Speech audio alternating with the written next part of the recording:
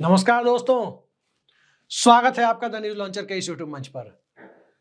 दोस्तों, जब इस देश के अंदर चुनाव प्रक्रिया को लेकर मशीनी व्यवस्था के पक्ष में तर्क देने वाले लोग सामने आते हैं तो सबसे पहला जुमला क्या होता है?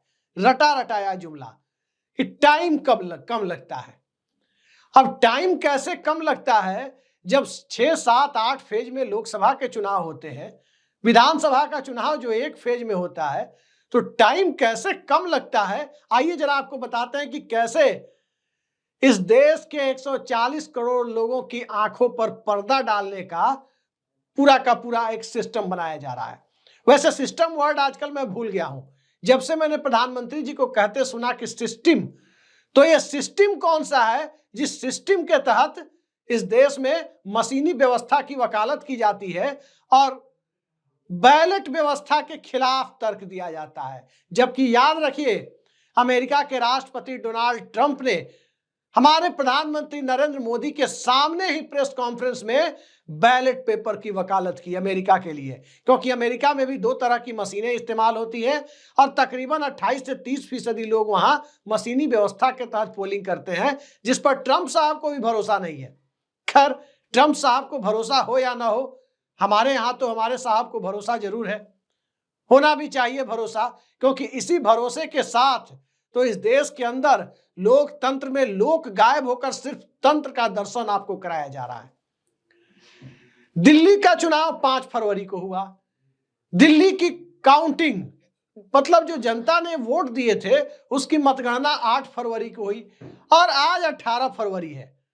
10 दिन हो गए साहब। 40 किलोमीटर से ज्यादा दूरी पर दिल्ली का कोई विधायक नहीं रहता होगा। और कहा जाता है कि मशीन से जब चुनाव होता है, मशीनी व्यवस्था जब लागू होती है, मशीन की चिप इतना फास्ट काम करती है कि वो जल्दी पकड़ में ही नहीं आती किसी को, और इतना फास्ट चलती है कि जिसका कोई हिसाब नहीं है। लेकिन वाकई मशीन की चिप के माध्यम से जो जनादेश आपने देखा, उस जनादेश के बाद 10 दिनों तक पुरानी सरकार केयरटेकर के तौर पर काम कर रही है।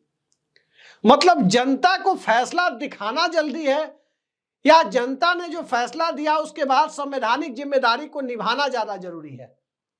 इस सवाल पर आपने गौर किया? बहुत लंबा चौड़ा भाषण दिया जाता है। ट्रंप साहब मोदी जी के सामने बैठकर बैलेट पेपर की वकालत करते हैं, लेकिन मोदी साहब उसका प्रतिकार नहीं करते, वो अपने देश के बारे में कहते हैं। लेकिन हो सकता है उनका देश, जहां सिलिकॉन वैली भी है और टेक्नोलॉजी के मामले में वो काफी एडवांस भी है, हो सकता है कि ट्रंप साहब का जो देश है संयुक्त राज्य अमेरिका, वो इतना एडवांस ना हो कि उसे मशीनों पर भरोसा हो सके। लेकिन हमारा देश एडवांस है। हमारा देश तो गणेश जी को दूध पिला देता है। हमारा देश आपने देखा कि रेलवे स्टेशन पर जरूरत से ज्यादा टिकट बेच देता है। हमारे देश में आपने देखा कि सबसे बड़ा राष्ट्रीय मुद्दा हो जाता है जब किसी का इंस्टाग्राम बंद हो जाता है। और हमारे देश में आपने ये भी देखा कि आस्था को इस देश में कैसे एक भीड़ तंत्र की एक पूरी की पूरी बुनियाद के तौर पर देश के सामने रखा गया, जिसमें आस्था तो छोड़िए, लोग आस्था रखने वाले जो लोग हैं वो कहीं ना कहीं धर्म और अध्यात्म और इसके सामने उसकी मार्केटिंग, इसके बीच का फर्क करने की स्थिति में आ गए हैं। लेकिन आज बात हम उस आस्था की नहीं कर रहे हैं, आज बात कर रहे हैं हम लोकतंत्र के प्रति आस्था की। और लोकतंत्र के सबसे बड़े महापर्व चुनाव को लेकर आपके सामने जिस तरह के तर्क दिए जाते हैं, झूठे और बेकार के तर्क दिए जाते हैं, आज उसकी कलई खोलते हैं। 2019 का लोकसभा चुनाव देखिए, 11 अप्रैल 2019 को पहले चरण का चुनाव हुआ, पहले चरण की वोटिंग हुई और 23 मई को मतगणना हुई। 23 मई को मतगणना हुई। 11 अप्रैल से लेकर 23 मई के बीच में कितने दिन थे? कुल जमा 42 दिन थे। 23 मई की तारीख को भी जोड़ ले तो 43 दिन। तो ये 43 डेज का पूरा अफेयर था चुनाव। और नॉमिनेशन की तारीख से जोड़ेंगे तब उसमें 20-25 दिन और जोड़ दीजिए, मतलब तकरीबन 2.25 महीने से ज्यादा का वक्त इस मशीनी व्यवस्था के चुनाव में लगा। अब चलते हैं जो पहली बार, अंतिम बार पूरी तरह से बैलेट पेपर वाली वोटिंग हुई थी इस देश में। अंतिम बार 99 में तो कहीं बैलेट भी था और कहीं मशीन भी था, लेकिन अंतिम बार जो बैलेट वाली वोटिंग हुई थी वो 1998 का लोकसभा चुनाव था। 16, 22 और 28 फरवरी 3 चरण में महज 12 दिनों में पूरे देश का चुनाव संपन्न हो गया था। और उसके बाद 3 और 4 मार्च को काउंटिंग हुई थी, तो उसके बाद भी अगर आप 4 दिन और जोड़ लें तो 16 दिनों में पूरा चुनाव खत्म हो गया था। अब बताइए समय किसमें ज्यादा लगता है? यहां तो पर्ची भी गिनने पर के लिए लोग तैयार नहीं होते, किसमें ज्यादा समय लगता है? स्वाभाविक है कि इस मशीनी चिप वाली व्यवस्था में लगता है। और इस चिप को अब इस देश की जनता ने ऐसा लगता है कि पकड़ लिया है। किसने पकड़ लिया है? मशीन की चिप, और चिप के पीछे की जो मानसिकता है, जो तर्क है, उसे पकड़ लिया है। कैसे पकड़ लिया है? तो कई राज्यों से अब मांग उठ रही है। महाराष्ट्र में भी आपने देखा, मॉक पोलिंग की कोशिशें लोगों ने की, तो प्रशासन के द्वारा सख्ती बरतकर उस मॉक पोलिंग को दबा दिया गया कि आखिर जो मशीन जो दिखा रहा है वो सही दिखाया या नहीं दिखाया, या मशीन की चक्की में इस देश का सिस्टम पिस रहा है। सिस्टम पिस रहा है। खैर, सिस्टम पिसे या ना पिसे, जनता जरूर पिस रही है। आप सोच सकते हैं कि दिल्ली के लिए क्या क्या वादे किए गए थे, किस तरह की बातें की गई थी। चुनावी सभाओं में तो 8 फरवरी को ही सरकार बना लेने का वादा किया जा रहा था। आज तक तय नहीं है। जिस वक्त हम आपसे मुखातिब हैं 18 फरवरी को, 18 फरवरी तक ये तय नहीं है कि दिल्ली का नया मुख्यमंत्री कौन होगा। तमाम नाम चल रहे हैं, दुनिया भर के विधायकों के नाम आप देखिए। 48 विधायकों में शायद ही कोई होगा जिसका नाम नहीं चला होगा कि दिल्ली का अगला मुख्यमंत्री यही होगा।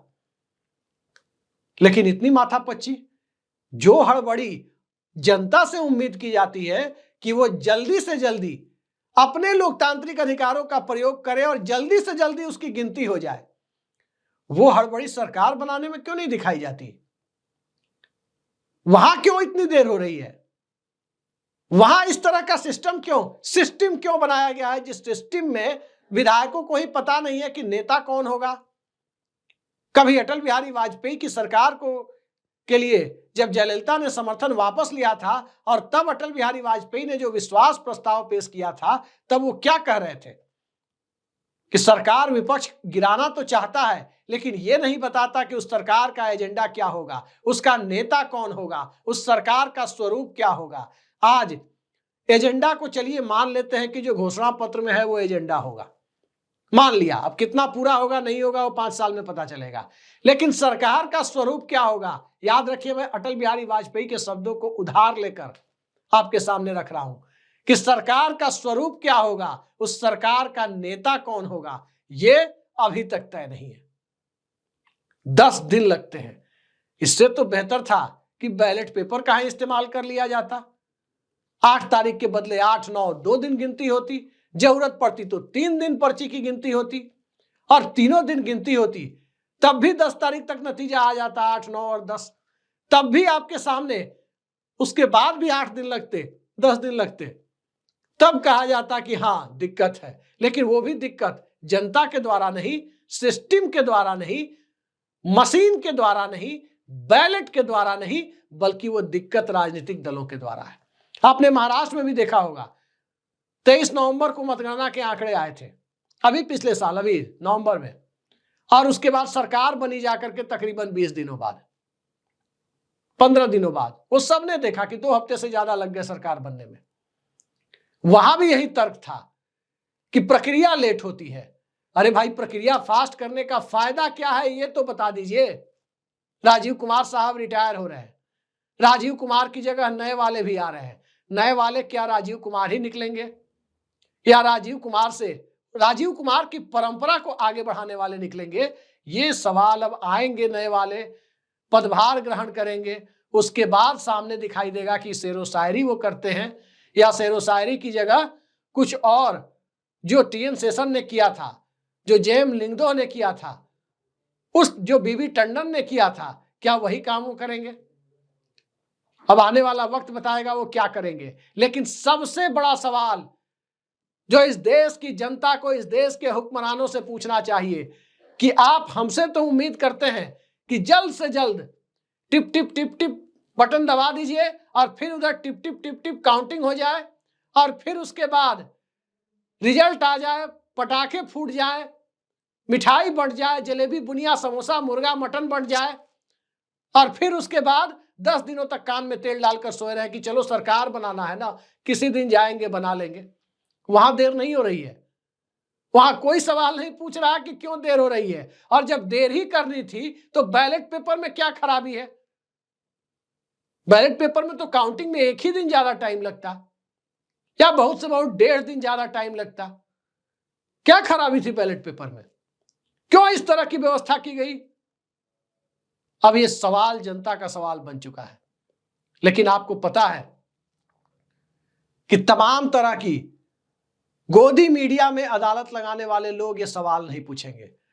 वो तो कभी किसी फिल्म अभिनेत्री को बिठा लेंगे और फिर किस गाने का डांस कैसे हुआ, किसकी शूटिंग कैसे हुई वो पूछेंगे।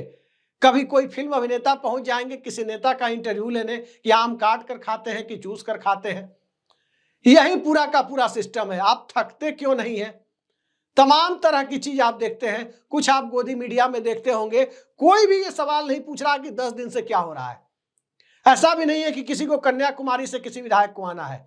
अरे भाई 35-40 किलोमीटर या 10-20 किलोमीटर कोई विधायक महोदय जो 48 लोग भारतीय जनता पार्टी के जीते हैं, जिन्हें जनादेश मिला है, वो 48 लोग पैदल भी चलते तो गर्मी का दिन नहीं है, बमुश्किल 4-5-6 घंटे में पैदल अपने क्षेत्र से पहुंच जाते भाजपा मुख्यालय की भाई बैठक बुलाओ नेता चुनो।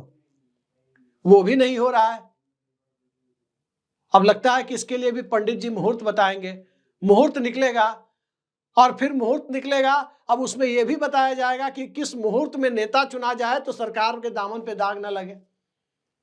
अब मुझे नहीं मालूम, मैं इन सब चीजों को नहीं मानता, लेकिन इस बात को जरूर मानता हूं कि जो हड़बड़ी दिखाई जाती है, जल्द से जल्द चुनाव प्रक्रिया को पूरा किया जाए।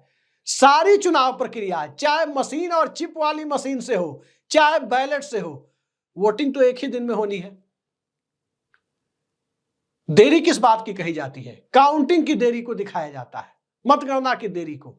तो मतगणना का, फास्ट मतगणना का फायदा तो तभी है ना जब जल्दी सरकार बन जाए। आज मतगणना हो, 2 दिन के अंदर आप सरकार बना ले, सारे विधायकों को बुलाएं। दिल्ली जैसे राज्य में तो 2 घंटे में आप बुला सकते थे, लेकिन 2 घंटे छोड़िए 240 घंटे हो गए, अब तक कोई नहीं आया। अब कहा जा रहा है कि 19 को बैठक होगी, 19 को नेता चुना जाएगा, और तब तक मुहूर्त निकाल लिया गया कि 20 तारीख को 4:30 बजे शपथ दिलाई जाएगी। मतलब नेता का पता नहीं है। बाराती तैयार हो गए, पंडित जी आ गए, मुहूर्त निकाल के मंडप तैयार हो गया, और दूल्हा की खोज हो रही है, दुल्हन की खोज हो रही है। वाह, ऐसी बारात आपने देखी हो कहीं तो कमेंट बॉक्स में जरूर बताइएगा कि इस तरह की बारात कहीं आपने देखी हो कि पंडित जी पहुंच गए, मंडप बन गया, मुर्गा मटन चिकन बिरयानी भी बारातियों के खाने के लिए बन गया, सब हो गया, लेकिन दूल्हा दुल्हन की खोज उसके बाद शुरू हुई कि अमुक तारीख को वहां पर फेरे लिए जाने हैं। यही हो रहा है कि शपथ ग्रहण की तारीख तय है, मुख्यमंत्री कौन बनेगा पता नहीं है। दिल्ली में जो 6 लोग मंत्री बनते हैं, मैक्सिमम 6, वो 6 लोग कौन होंगे उनका कहीं अता पता नहीं है कि कौन बनेंगे, नहीं बनेंगे, कैसे बनेंगे, किस तरह के सोशल कंपोजिशन को एड्रेस करने के लिए बनेंगे, किसी का कुछ पता नहीं है। लेकिन देखते जाइए, यही अमृतकाल है, और इसी अमृतकाल की कल्पना आप लोगों ने 2014 में की थी कि अच्छे दिन आने वाले हैं। 2022 तक का टारगेट दिया गया, फिर 2047 तक का टारगेट दिया गया, अब तो 2080 तक का टारगेट दिया जा चुका है, और कहा जा रहा है कि 1000 वर्षों के लिए नीति निर्माण का काम चल रहा है। 1000 वर्ष पहले, आज से 1192, 1193, 1191-92 का जो पीरियड है, उसको आप सुनते हैं तराइन का युद्ध। वो भी अभी 1000 वर्ष नहीं हुआ, पृथ्वीराज चौहान वाला, वो भी अभी 1000 वर्ष से कम ही है, तकरीबन 100 साल, 100 साल से ज्यादा कम है। तो उस हालात में आपको 1000 वर्ष का सपना दिखाया जा रहा है। इसके बीच में कितनी बार नए नए तरह की सभ्यताओं और कंपोजिट कल्चर का विकास हुआ, लेकिन एक नया विकास जो हालिया दिनों में हुआ पिछले 20 सालों में, वो विकास क्या है? मशीनी व्यवस्था वाले चुनाव सिस्टम का। सिस्टम को फास्ट करने के लिए, प्रक्रिया को फास्ट करने के लिए, लेकिन इतना फास्ट बना दिया गया कि अब फास्ट फूड भी उससे भी कहीं ज्यादा ये खतरनाक तो नहीं हो गया है, उससे भी कहीं ज्यादा इसका नुकसान तो नहीं हो रहा है। ये तो देश की जनता बताएगी, हमारे दर्शक बताएंगे। फास्ट फूड का क्या नुकसान हो रहा है आप देख रहे हैं कि छोटे छोटे पोर्टेबल बाबा भी आ रहे हैं, उन पर भी फास्ट फूड का असर है, वो भी थोड़े ठीक ठाक दिखने लगे हैं। खैर, लोकतंत्र भी हमारा ठीक ठाक दिखे, इसके लिए चुनाव में जनादेश के बाद सरकारें बनाना भी जरूरी हो जाता है। आज के लिए इतना ही। नमस्कार।